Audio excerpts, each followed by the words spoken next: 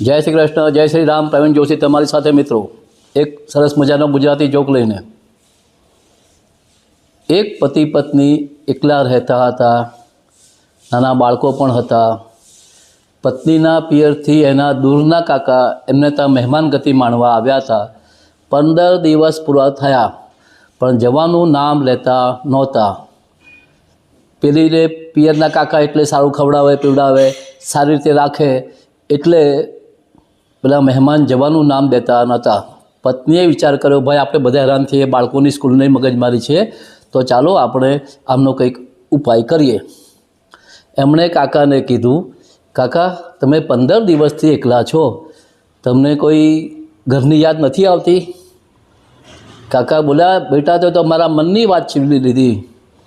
હું વિચાર કરતો જ તો કે મારા બાળકો તો પરદેશ છે, હું ને તારી કાકી એકલા જ છીએ, તો હમણાં જ એને ફોન કરું છું અને અહીંયા બોલાવી દઉં છું, બીજો કાંત મહિનો ખેંચી કાઢશું.